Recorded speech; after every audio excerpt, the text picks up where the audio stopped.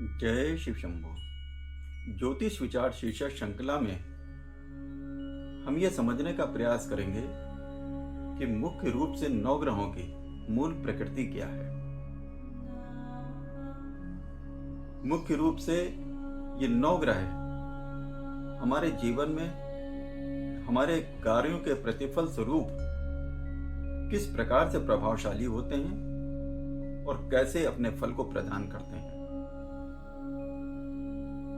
मुख्य आधार हमारे कर्मों का प्रतिफल है, लेकिन ये नौ ग्रह उन कर्मों के प्रतिफल को किस प्रकार से प्रभावित करते हैं, किस प्रकार से फलित करते हैं, इसको जानने का प्रयत्न करेंगे। सर्वप्रथम नौ ग्रहों में राहु केतु को परंपरागत ज्योतिष के आधार पर छाया ग्रह माना गया है। राहु को शनि का छाया ग्रह, केतु को मंगल का छाया ग्रह माना गया है। परंतु वर्तमान युग एवं परिस्थितियों के आधार पर और मेरे अनुभव एवं तर्क के आधार पर राहु केतु छाया ग्रह स्वीकार्य नहीं है। ये भी मुख्य ग्रहों की तरह प्रभावशाली है। कोई भी छाया किस प्रकार से हमारे जीवन में चमत्कारिक परिवर्तन प्रदान कर सके, ऐसा संभव नहीं। राहु केतु एक ऐसे ग्रह हैं जो हमारे कर्मों के आधार पे, आधार हमारे कर्म ही हैं जो हमको प्रतिफल प्रदान करते हैं, लेकिन ग्रह अपने प्रभाव अनुसार हमारे कर्मों का प्रतिफल हमको प्रदान करते हैं। राहु केतु हमारे जीवन में प्रभावशाली होने पर चमत्कारिक परिवर्तन करते हैं।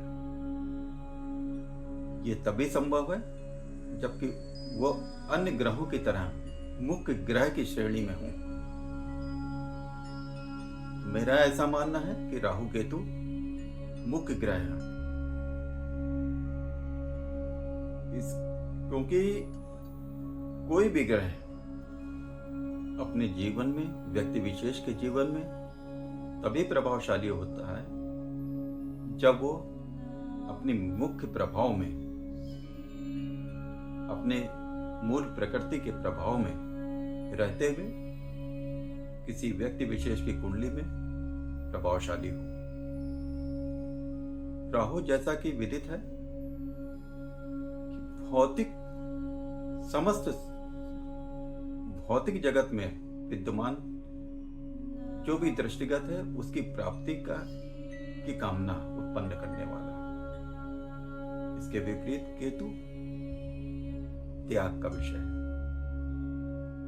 त्याग उत्पन्न करता है, मोक्ष प्राप्ति का कारक माना गया है। मोक्ष प्राप्ति कोई भी छाया ग्रह प्रदान नहीं कर सकता। मोक्ष मुख्य ग्रह की इतनी सामर्थ्य हो सकती है जो आपके अंदर इतना परिवर्तन ला दे कि आप मोक्ष प्राप्ति के लिए अंतर्मुखी होते हुए मोक्ष प्राप्ति की ओर अग्रसर हो सके। इसी तरीके से समस्त भौतिक सुखों की प्राप्ति का कारक राहु है, कामना है। राहु कामना है और मुख्य ग्रह ही आपकी कामना पूर्ति के लिए आपको उद्वेलित कर सकता है, आपके अंदर कामना की इतनी तीव्रता प्रदान कर सकता है कि आप अपने कर्मशील हो जाएं, कि आप अपनी कामना को पूर्ण करने के लिए समस्त प्रयास झोंक दें। तो अब हम मूल पारंपरिक दृष्टिकोण से अलग होकर के इस विचार के आधार पर कुंडली को फलित करने का प्रयास करते हैं, तो हम देखेंगे कि हमारे फलित किए हुए फलादेश ज्यादा प्रभावशाली एवं सटीक तरीके से बैठेंगे। हम इसके आधार पे तत्वों के विषय में भी जानकारी इकट्ठा करेंगे, आपको जानकारी प्रदान करेंगे। मुख्य रूप से 4 तत्व, अग्नि तत्व, पृथ्वी तत्व, वायु तत्व और जल तत्व। इन तत्वों का प्रभाव किस प्रकार से ग्रहों की मूल प्रकृति को कम कर देता है, इसको भी हम आपको अपने आगे के वीडियो में समझाएंगे।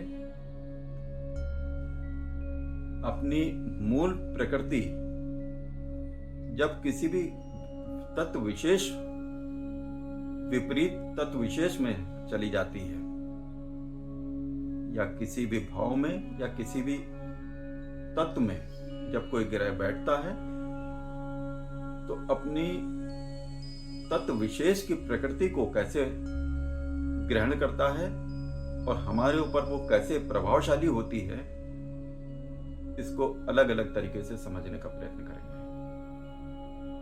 इसके लिए इन महत्वपूर्ण एवं सरल तरीके से समझने के लिए आप हमारे वीडियो को सब्सक्राइब करें और शेयर करें। जय शिव शंकर।